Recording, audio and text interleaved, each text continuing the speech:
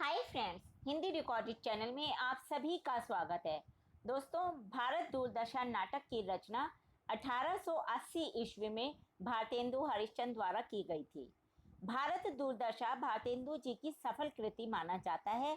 इसका अंदाजा इसकी मंचयता से ही लगाया जा सकता है। दोस्तों, इस नाटक का सफल मंचन किया जा चुका है और यह नाटक आज भी दर्शकों को प्रभावित करने में सक्षम है। भारत दूरदर्शन ने युग की राजनीतिक गतिविधियों, सामाजिक परिस्थितियों और भारतीयों द्वारा अंग्रेजी सभ्यता के गुणों को छोड़कर दुष्प्रवृत्तियों को अपनाया है।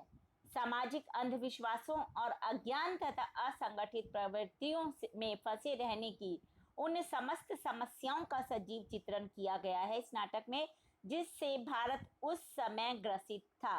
इसके लिए उन्होंने अपने नाटक का नायक भारत को बनाया है।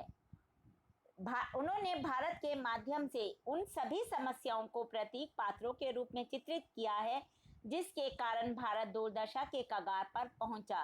इस प्रकार दोस्तों, भारत दुर्दशा में नाटककार ने अपने युग का प्रत्यक्ष, यथार्थ एवं जीवंत प्रतिबिंब प्रस्तुत किया है।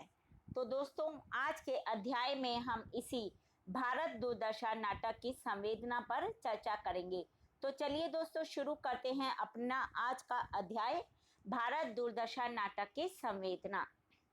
भारतेंदु का यह नाटक अपने युगीन समस्याओं को उजागर करता है, यानी कि उस समय जो भी समस्याएं थी इस नाटक में लेखक ने भली भांति दिखाई हैं और साथ ही साथ उनका समाधान भी लेखक ने किया है। भारत दुर्दशा में कवि ने अपने सामने दिखाई देने वाले भारत की जो दशा थी, उस वक्त जो दशा थी उसका सजीव वर्णन किया है।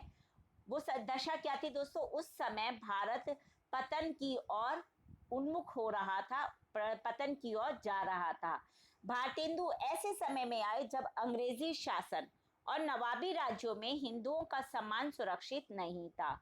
उनका धर्म अपनी रक्षा के लिए तरस रहा था और हिंदुओं ने अपने धर्म की रक्षा के लिए बहुत प्रयत्न भी किए, किंतु उस समय मुगलों का राज्य था, तो जो मुस्लिम थे और अपने धर्म का प्रचार प्रसार करते थे और वे फिर हिंदुओं का बलपूर्वक धर्म परिवर्तन भी करवाते थे। भारतेंदु ने अपने नाटक साहित्य के जरिए इतिहास, पुराण और वर्तमान जीवन के विविध स्रोतों को एक नया आयाम प्रदान किया है। अपने नाटकों के माध्यम से उन्होंने नई हिंदी को भी लोकप्रिय बनाया है। बाबू गुलाब राय ने भारत दुर्दशा नाटक है, इसको एक दुखांत माना है। उन्होंने इस नाटक के संबंध में आपत्ति की है कि यह दुखांत है और इसमें आशा का कहीं भी कोई भी संदेश नहीं है। लेखक का उद्देश्य आशा, उत्साह और करुणा किसी के द्वारा भी सिर्फ जागृति उत्पन्न करना था। दोस्तों, भारत दुर्दशा का कारण क्या था? अब हम ये जानते हैं लेखक के हिसाब से उस समय के नाटक में भारत दुर्दशा का क्या कारण था, उसे उसने अपने शब्दों में लिखा है। भारतेंदु ने भारत दुर्दशा का कारण सामाजिक विकृतियों को माना है।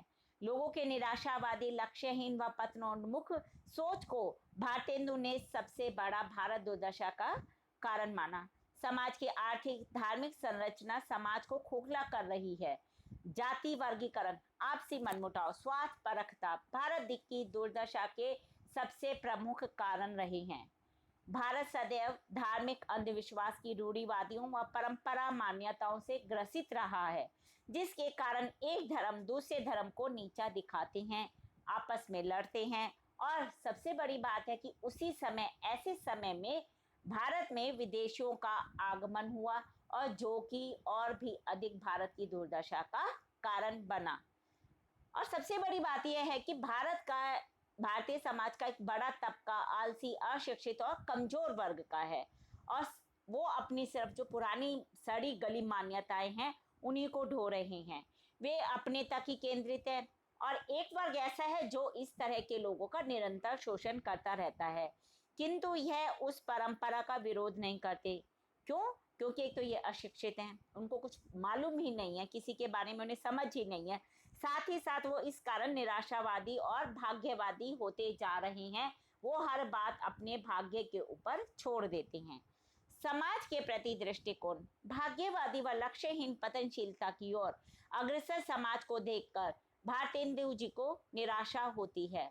उस समय भारतेंदु ने सती प्रथा, बाल विवाह, गो हत्या जैसी कुप्रथाओं के विरोध में अपनी आवाज बुलंद की। उस समय लोग शराब पीकर यहाँ वहां पड़े रहते थे, इसीलिए भारतेंदु जी का कहना है कि मदिरा पान भी भारत का दुर्दशा का एक मुख्य कारण रहा है। अंग्रेजी राज की समीक्षा। भारतेंदु ने जगह जगह पर अंग्रेजी राज की विवेचना की है। इसलिए की है क्योंकि जब अंग्रेज भारत में आए उस समय भारत में सती प्रथा, बाल विवाह जैसी कुरीतियां काफी जोरों पर थी, लेकिन अंग्रेज क्योंकि पढ़े लिखे थे इसलिए उन्होंने इन कुरीतियों का विरोध किया और इनका सफाया हो सका। दोस्तों, जो भारत में शिक्षा का प्रकाश है वह भी पश्चिम की देन है, यानी कि शिक्षा का प्रकाश भी पश्चिम से ही आया है। अतः कई स्थानों पर भारतेंदु ने अंग्रेजी राज को भारत का हितकर भी माना। हाय भारत मैया उठो, देखो विद्या का सूर्य पश्चिम से उदय हुए चला आता है, अब सोने का समय नहीं है। लेकिन ऐसा नहीं है कि उन्होंने सिर्फ अंग्रेजों की प्रशंसा की है कि उनकी वजह से भारत की कुप्रथाएं खत्म हो रही हैं। उन्होंने अंग्रेजों की निंदा भी की अपने नाटक में, उनके विचारों व मान्यताओं का खंडन भी किया। अंग्रेज हमारे हित का नहीं है, वे भारतेंदु जी इस बात को अच्छी तरह से जानते थे और उनका कहना था कि वे लूट के उद्देश्य से भारत में आए हैं और यहाँ का कच्चा माल अपने देश में ले जाकर उसे वे महंगे दामों में बेच देते हैं। अंग्रेजों ने भारतीय किसानों की रीढ़ की हड्डी तोड़ने वाला लगान लगाया, इतना तगड़ा लगान लगाया कि बेचारे किसान जीते जी मर गए। यहाँ की जनता पर अंग्रेजों ने लगातार काफी सालों तक अत्याचार किया। ऐतिहासिक व पौराणिक मान्यताओं का बोध। भारतेंदु ने समाज को जागरूक करने के लिए इतिहास पुराण का भी सहारा लिया, उनके आलोक से समाज को परिचित कराया।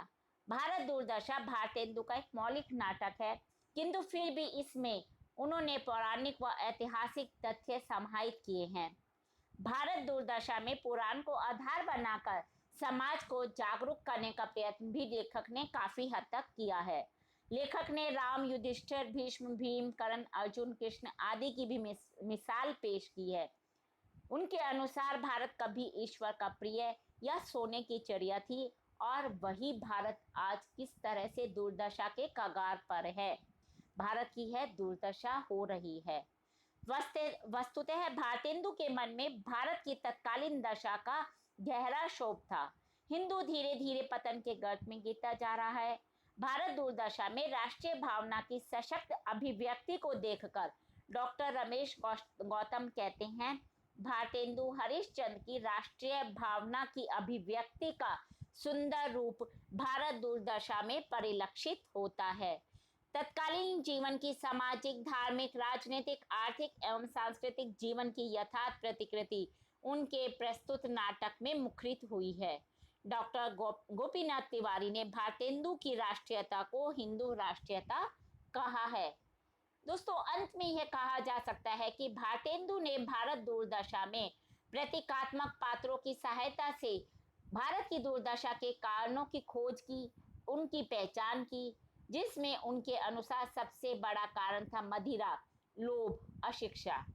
फिर उसकी पहचान कर भारतेंदु ने लोगों से आग्रह किया कि वे इसका साथ छोड़ दें। यह सभी वास्तव में आज भी समाज की जड़ें खोखली करने में अहम भूमिका निभाती हैं। भारतेंदु ने जगह जगह मदिरा व निर्लज्जता के माध्यम से समाज में एक निश्चित ही सार्थक संदेश दिया जो सर्वनाश का कारण है।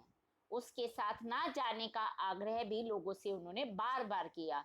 समाज में असंतोष, लज्जा, मदिरा, दुर्देव आदि ने अपनी जड़ें इतनी जमा रखी हैं कि भारत भाग्य अपनी तमाम कोशिशों के बाद भी सफल नहीं हो पाता और अंत में कटार मारकर आत्महत्या कर लेता है। तो दोस्तों, ये हमने जाना भारत दुर्दशा नाटक में भारतेंदु जी ने किस तरह से भारत की दुर्दशा का वर्णन किया है। भारत दुर्दशा नाटक की मूल संवेदना पर हमने चर्चा की। हिंदी भाषा के और भी प्रमुख विषयों पे हम आगे के अध्यायों में चर्चा करते रहेंगे। उसके लिए आपको मेरे इस चैनल को लाइक और सब्सक्राइब करना होगा। धन्यवाद दोस्तों, आपका दिन शुभ हो।